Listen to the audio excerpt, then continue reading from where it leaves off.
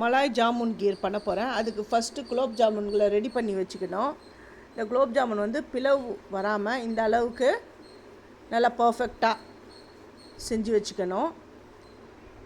இந்த கோல்டன் ப்ரௌனில் வரணும். இது நல்லா பொரிஞ்சிடுது. இந்த கலர் வந்தாலுமே போதும். இதை நான் எடுத்துடுறேன். சிரப்பில் போட்டு ஒரு 1/2 hour அதை அப்படியே ரெஸ்ட்டில் விட்டுடணும்.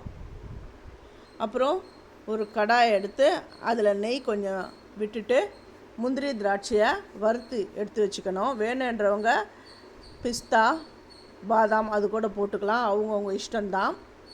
இப்போ எல்லாம் குலோப் ஜாமுன்லேயும் பொரித்து எடுத்துட்டேன். குலோப் ஜாமுன்கள் வந்து எப்படி பர்ஃபெக்டாக பண்ணுறது அப்படின்றத என்னுடைய சேது சித்ரா கிச்சனில் நான் கிளியராக சொல்லியிருக்கேன். பிகினர்ஸ் கூட ஈஸியாக குலோப் ஜாமுன் பர்ஃபெக்டாக பண்ணிடுவாங்க. நீங்கள் போய்ட்டு என்னுடைய வீடியோவை பார்க்குறவங்க ஃபஸ்ட்டு சப்ஸ்கிரைப் பண்ணலைன்னா சப்ஸ்கிரைப் பண்ணிவிட்டு பாருங்கள். அப்போ தான் நான் போடுற ஒரு வீடியோவுடைய நோட்டிஃபிகேஷனும் உங்களுக்கு காட்டும், உங்களுக்கும் யூஸ்ஃபுல்லாக இருக்கும்.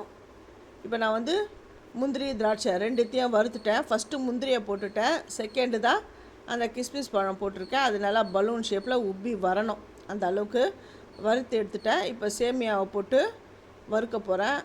இந்த ஸ்வீட் வந்து ரொம்ப நல்லாயிருக்கும். இதை நீங்கள் ஒரு தடவை செஞ்சு பார்த்துட்டு எப்படி வந்ததுன்னு எனக்கு கமெண்ட் பண்ணுங்கள். என்னுடைய சேனலில் இந்த வீடியோவுடைய ஃபுல் டீட்டெயிலும் நான் போட்டிருக்கேன்.